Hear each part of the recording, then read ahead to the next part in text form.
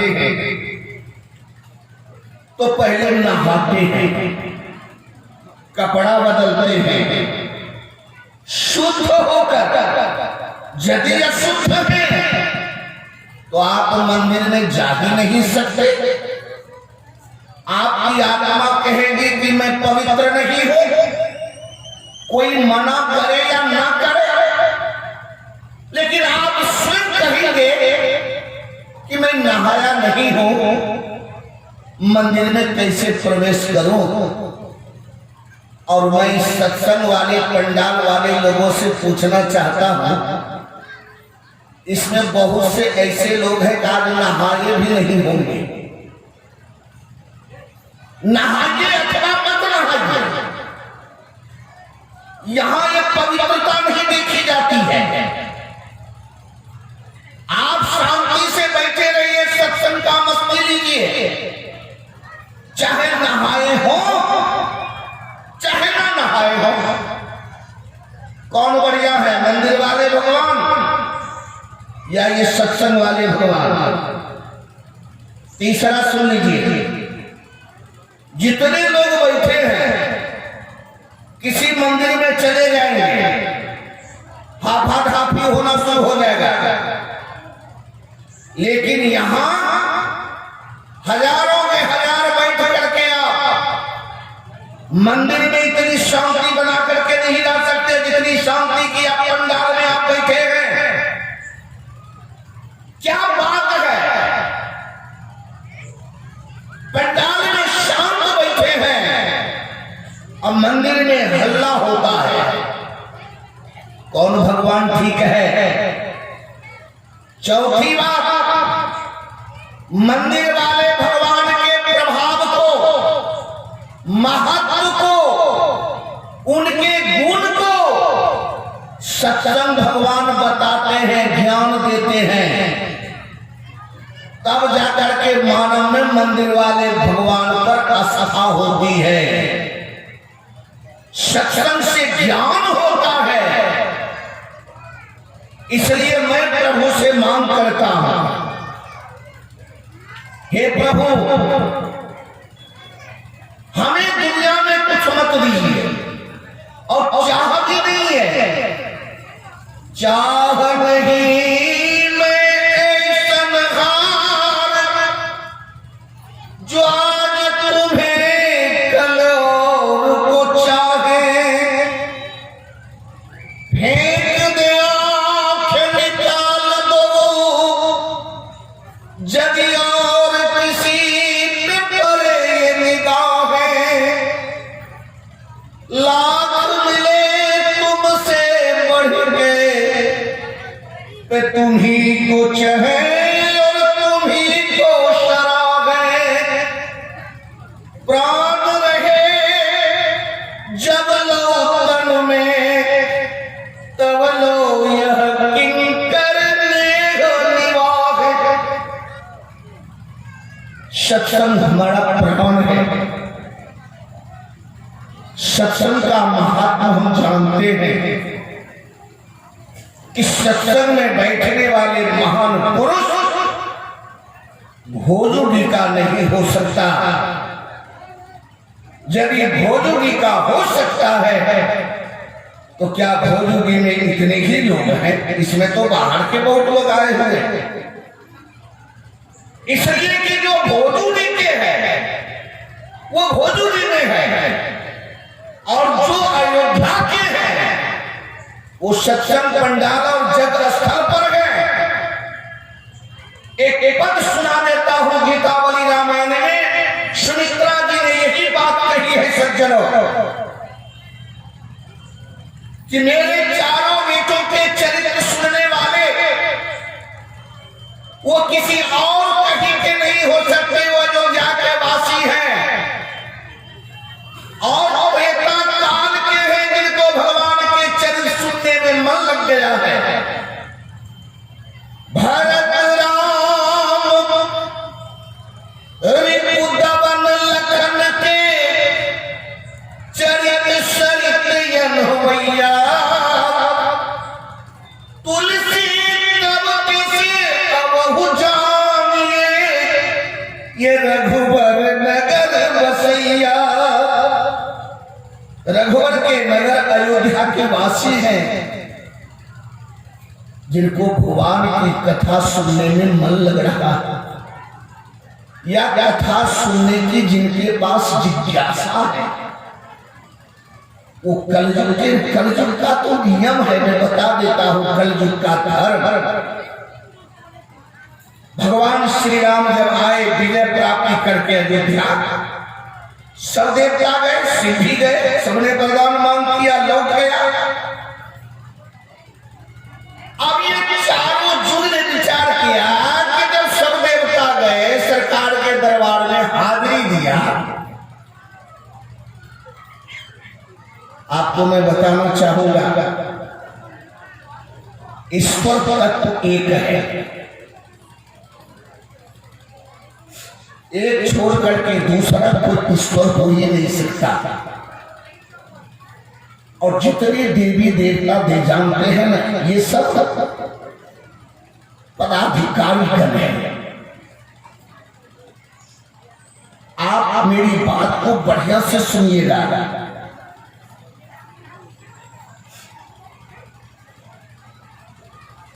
परमात्मा श्री सीताराम जी ईश्वर जिसे कृष्ण और राम कहते हैं,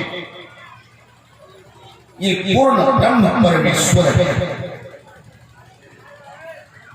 ये दूसरा कोई हो ही नहीं सकता। कोई साधना करके भजन करके अपनी मृत्यु को जीत लिया, वो अलग चीज है। इन सभी देवी देवताओं ने क्षमता नहीं कि किसी को मोक्ष दे दे। ये सब अदला बदला है, आप दीजिए आप लीजिए। मेरी बात ध्यान से सुनिएगा।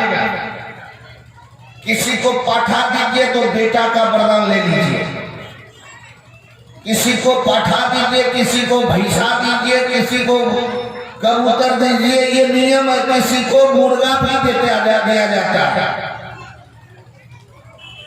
देना लेना दो लो, लेकिन परमात्मा जो है ना, वह कभी चीज से कोई चीज की चाह नहीं रखते, मांग नहीं करते कि मुझे बलि दो तब तुमको दूंगा। याद रखिएगा, बढ़िया से सुन लीजिए इस शब्द को। परमात्मा बलि पूजा नहीं चाहते। परमात्मा सिर्फ आपका मन चाहते हैं। परमात्मा धन नहीं चाहते। परमात्मा आपके शरीर की चाह नहीं रखते। परमात्मा सिर्फ आपके मन को खोजता है कि आपका मन कहां है।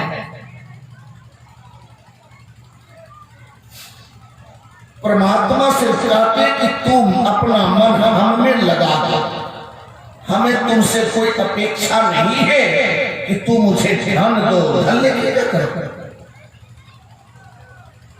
और जितने देवी देवता आपको मिलेंगे बिना कुछ लिए आपको दे नहीं सकता। तो ये तो वही बात है।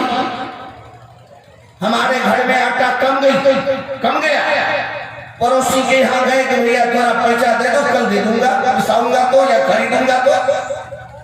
कल आटा हुआ आया, उनको दे देते हो। आटा कम गई, ले आते हो। आटा आ गया, दे देते हो। ये देवी देवता यही है, देना और लेना। नहीं तो पद मैं आपको सुना देता हूं, सिद्धांत पद है, सिद्धांतिक पद है, शायद आपको विश्वास हो जाए। गोस्वामी तुलसीदास जी महाराज जी को भगवान की प्राप्ति हो गई। राम जी के पास पहुंचे, बोले महाराज इस तुलसी को अपने चरण में जगह दे दीजिए। राम जी ने कहा कि इतने देवी देवता गए, फिर भी मेरे पास किसी और के पास रह जाओ। ध्यान से सुनना, मैं जानकारी के लिए मैं निवेदन कर रहा हूं। तो गोस्वामी बाबा ने विनय पत्र जाऊं कहां तजी चरण तिहारे। हे ठाकुर जी, आपके चरण को छोड़ के मैं कहां जाऊंगा? क्यों?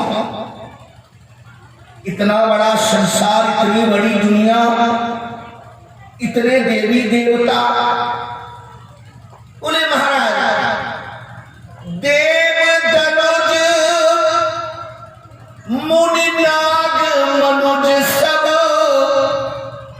माया विवश विचारे। सब माया में ग्रसित है महाराज। जो स्वयं माया में ग्रसित हो, वहां जाने से क्या फायदा है? शब्द सुना जाए, देव दनुज मुनि नाग मनुज सब माया विवश विचार। तिनके हाथ दास तुलसी कह, कहूँ अपनों पे हारे। मैं उनके शरण में जाकर के अपने आप को हार क्यों जाऊं?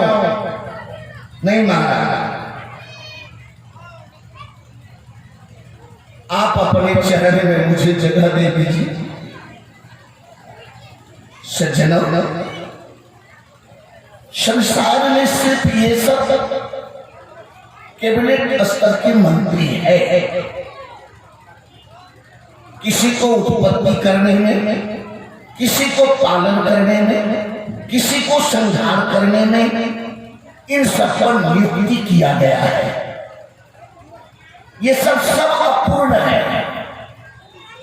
इसके पीछे कभी मत पड़िए, धोखा खाइएगा। सब अपूर्ण है।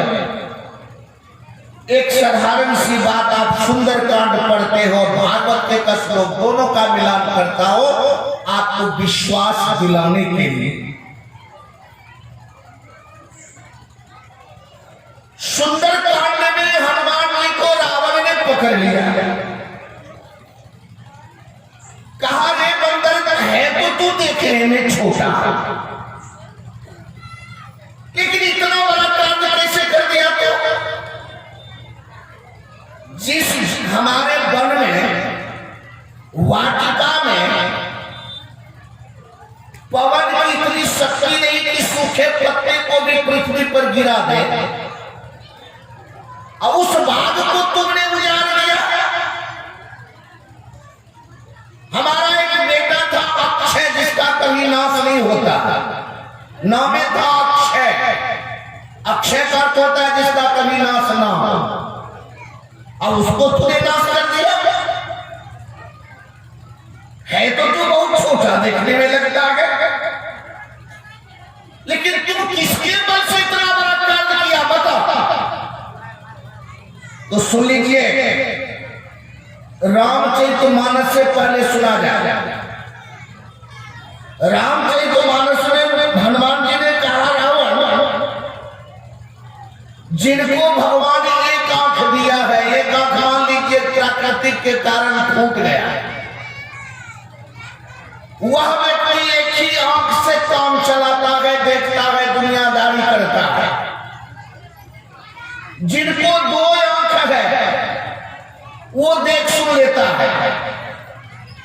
लेकिन मुझे बड़ा आश्चर्य लगता है रावण, कि तुम्हारे पास 20 आंख है और तू अंधा बना बैठा है। तुमको दिखाई नहीं देता है कुछ? अरे हमको एक साधारण से एक प्याला है, किसी के दूत है, हमें कोई बल नहीं है। अरे रावण, जिसके बल से ब्रह्मा सृष्टि करता है, जिसके बल से विष्णु पालन करता है, और जिसके बल से शिव संहार करते हैं, जिसके बल से शेषनाग की 9,999 फन को हटाकर एक फन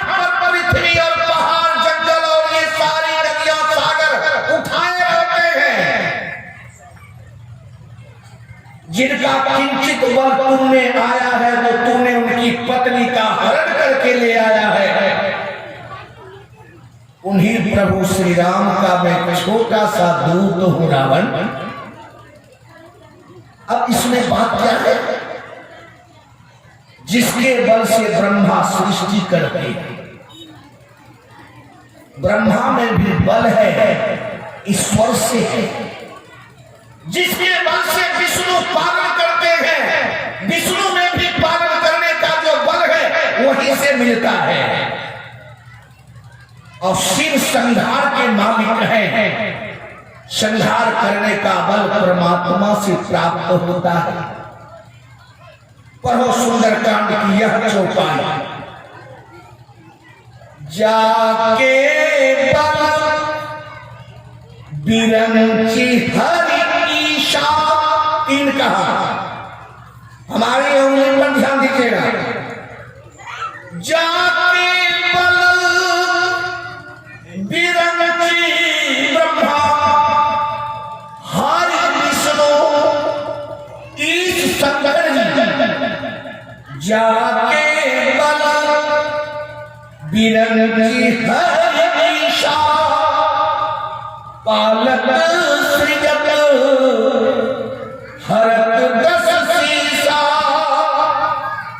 जाबल शीश धरत सहसानन अंडकोश समेत गिरिकानन जाके बल लवलेशते जिते उचरा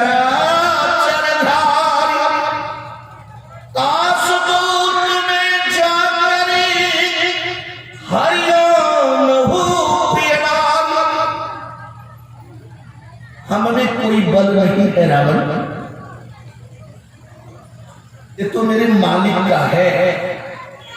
जिस मालिक का बल संपूर्ण सृष्टि में है, उन्हीं का बल है।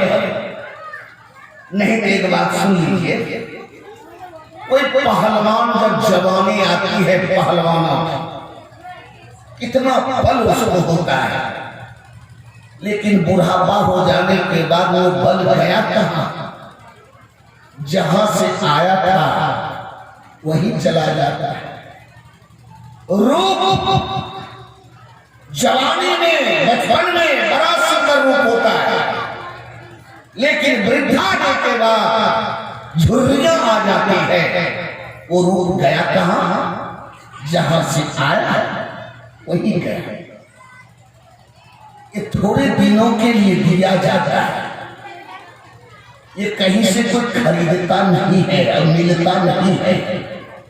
भोजपुरी में कोई सुंदरता का रूप, हाँ ब्यूटी पार्लर भले मिल जाए, वो अलग अलग है, लेकिन सुंदरता का कोई दुकान हमें दिखा दीजिए, ऐसा नहीं मिलेगा। तो मेरी बात ध्यान से सुनिएगा। जितने देवी देवता है, इनका मुख्य है जड़ परमात्मा, जिसे श्री राम और श्री, नहीं तो एक उदाहरण दे देता हूं, आप लोगों को विश्वास हो जाए। जीवन भर व्यक्ति हमें बुरा नहीं लगता, अच्छा लगता, किसी भगवान का नाम तो ले रहा है, चाहे वो किसी का नाम हो, लेकिन जीवन पर्यंत काली की पूजा करने वाले व्यक्ति को जब मृत्यु हो जाती है, अब उसको उठा करके श्मशान घाट की तरफ ले जाता है, तो उठा के ले जाने वाले लोग क्या बोलता है? काली काली सत्य है, बोलता है नहीं, नहीं क्या बोलता है? राम नाम आ गए राम जी के पास। देखो हमारी रिसर्च अपना है, मैं कहीं बाहर से नहीं बोलता। जीवन पर्यंत महाकाल बोल रहे हैं हम, महाकाल बोलना हमारे लिए शुभ है, कल्याणकारी है। मैं भी बोलता हूँ, बोलना चाहिए, भगवान शिव हैं, लेकिन मैं मर गया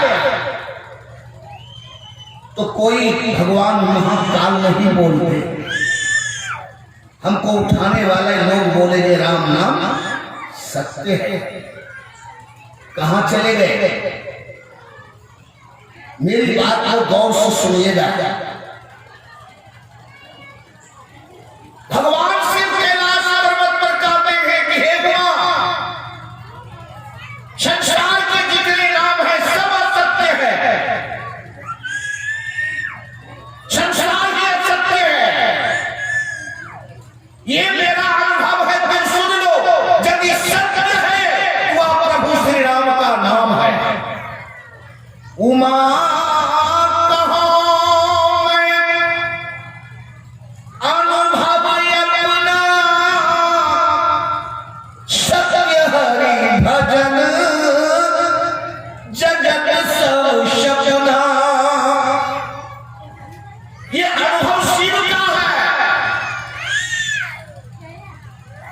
जरा बच्चे को संभाल लीजिए।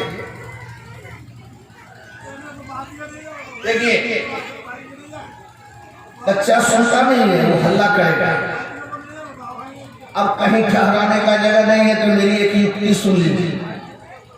कल से बाजार से कुछ चॉकलेट ले लीजिए, बिस्कुट ले लीजिए, हल्ला करे हाथ में पकड़ा जैसे चुप हो जाए।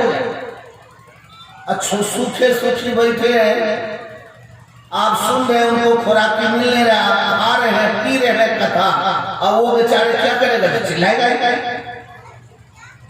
उसको धड़ से वो चॉकलेट दे दीजिए, हाथ ले तुम्हारी खुराक है तो चूस। बच्चा चूसे उत्पन्न हो जाए। सत्संग में बैठने के लिए बच्चों को लाना जरूरी है, चूंकि उनको संस्कार बढ़े, सुनेगा संस्कार होगा। लेकिन बचपना बच्चा तो अपना पूरा पार्टी करना छोड़ेगा नहीं, तो उसके लिए एक टेक्निक है। बिस्कुट ले लीजिए, कुछ ले लीजिए, जैसे रो निकाल फट से लो मस्त। बोलिए श्री सीताराम नाम महाराज की, यज्ञ भगवान की। बोलते क्यों नहीं है? देखो बोला कर, जय बोला कर। जय बोलने से आप ही का कल्याण होगा। भगवान को तो सब सदा सर्वकाल सर्वकाल जय ही रहता है। तो मैं निवेदन कर रहा था, संसार के जितने देवी देवता हैं विरोध भी नहीं करना है। विरोध करेंगे तो पाप लगेगा। कैसे? एक उदाहरण दे देता हूं, शायद आपको ज्ञान हो जाएगा। किसी लड़के की शादी किसी घर में हो जाती है, उसका संबंध किससे लगता है? लड़का से। लेकिन जब वह लड़की ससुराल जाती है तो वहां ससुर मिलता है, भैंसुर मिलता है, जेठ मिलता है, देवर मिलता है, सास मिलती है, ननद मिलती है, पूरा एक संसार हो जाता है। सबसे प्रेम करना। ससुर से प्रेम नहीं रहेगा, घर नहीं चलेगा। सास से प्रेम नहीं रखोगी, घर नहीं चलेगा। देवर से प्रेम नहीं रखो, घर नहीं चलेगा। जेठ से प्रेम नहीं रखोगी, घर नहीं चलेगा। मेरी बात पर ध्यान से सुनिए। लेकिन जो प्रेम पति से है वह प्रेम किसी और से नहीं होता है, होना भी नहीं चाहिए। यदि प्रेम नहीं करेंगे तो घर बर्बाद हो जाएगा। बढ़िया है, सास की उपेक्षा करोगे, ससुर की उपेक्षा करोगे, भैंसुर की उपेक्षा करोगे, घर नहीं चलेगा। संबंध एक से है, पति से है, लेकिन चलाना है पूरे परिवार का। उसी तरह से जिसको ठाकुर जी से संबंध हो जाता है वह किसी से विरोध नहीं करता।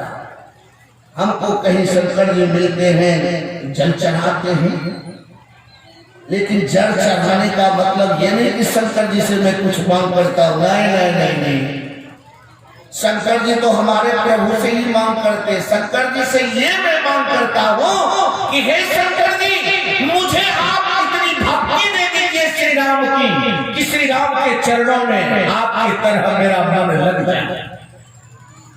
ये मांग।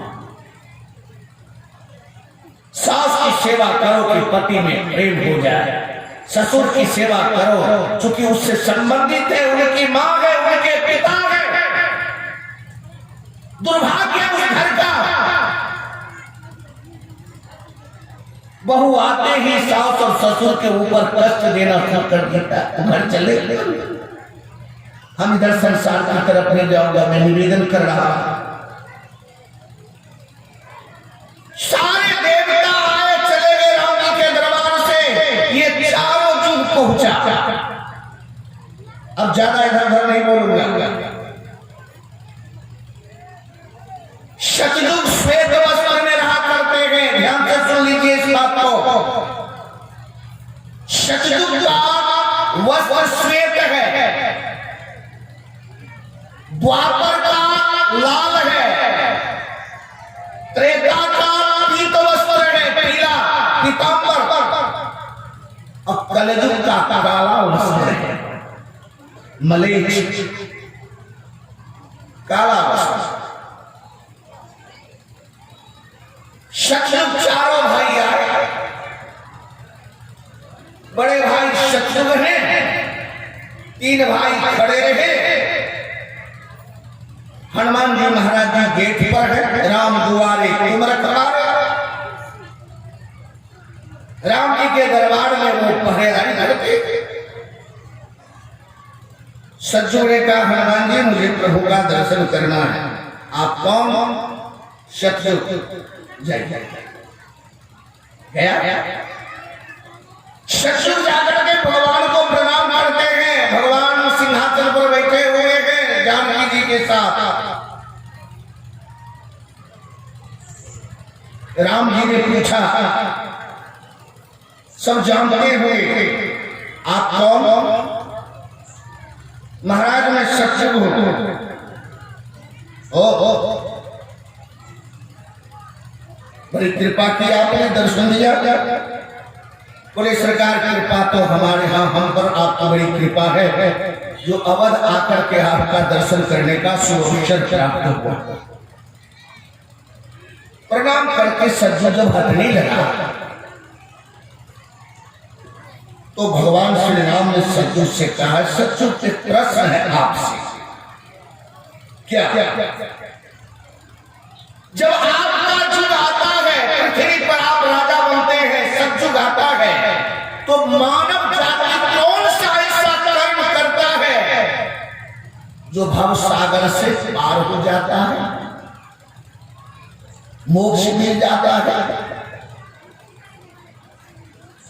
राम जी जानते हुए पूछ रहे हैं ताकि सज्जन अपने मुख से व्याख्या करें।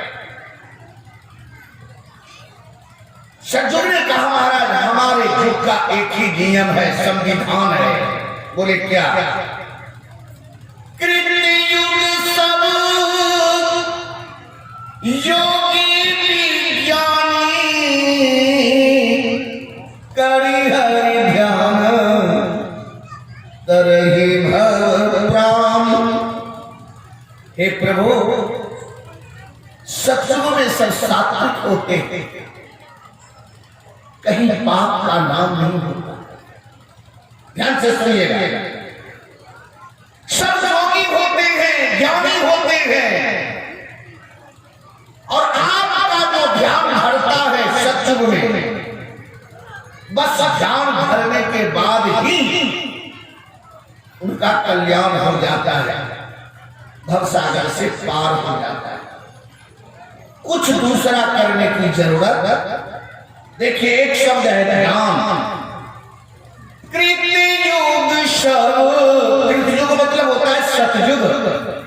कृतयुग सब जोगी विज्ञान, करि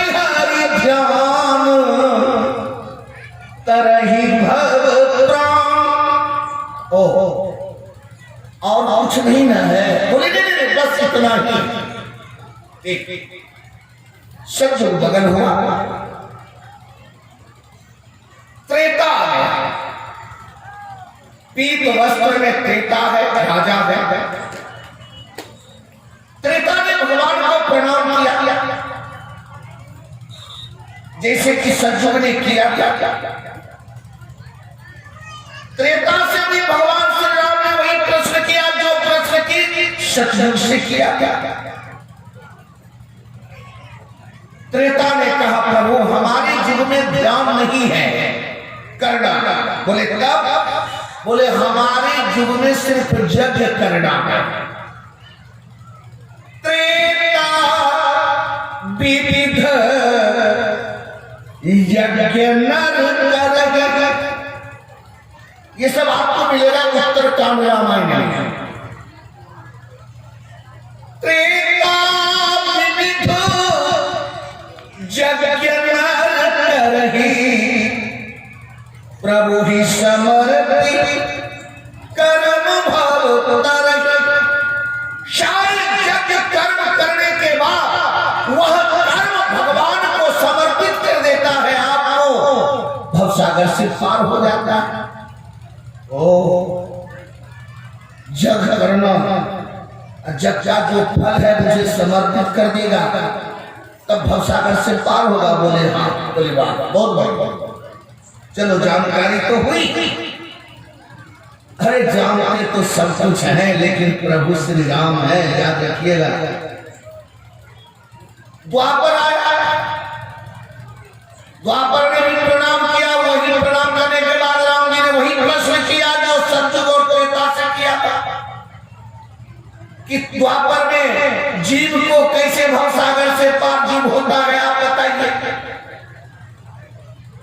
तो त्रेता ने क्या कहा, द्वापर ने क्या कहा, सुना जाए। प्रभु बोले हाँ, हमारी जिनका संविधान है क्या, ना ध्यान धरने की जरूरत है और ना यज्ञ करने की जरूरत है। तब हमारे जिनका संविधान है पूजा करने,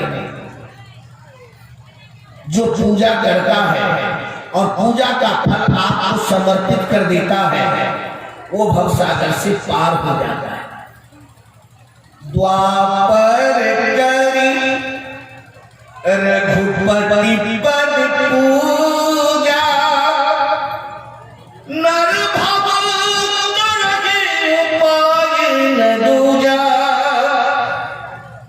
द्वापर करी रघुपति पद पूजा, समझ गए ना? भगवान की पूजा करते हैं, वह पूजा का फल आपको समर्पित कर, आज फल को समर्पित करना ही चाहिए, चाहे त्रेता हो, द्वापर हो, कलयुग हो, कलयुग।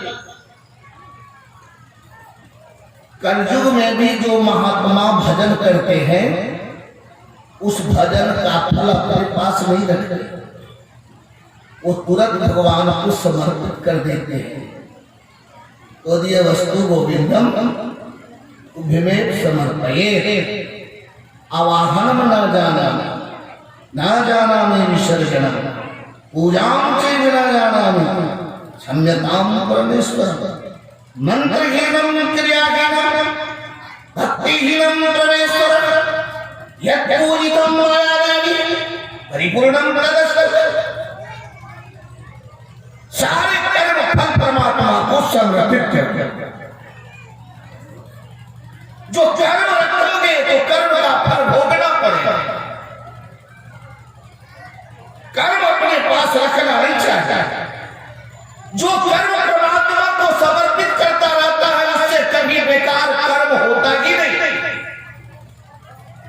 कभी मान लिया जाए प्रकृति बस, स्वभाव बस, प्रारब्ध बस, वह कर्म करना पड़ेगा लेकिन सतर्क हो जाएगा, सतर्क से रहेगा। नियम है, जो भी कर्म होता है परमात्मा को समर्पित महात्मा करते, चाहे जितने महात्मा। ध्यान रखिएगा। गोस्वामी जी ने कहा अब कलयुग की बात है।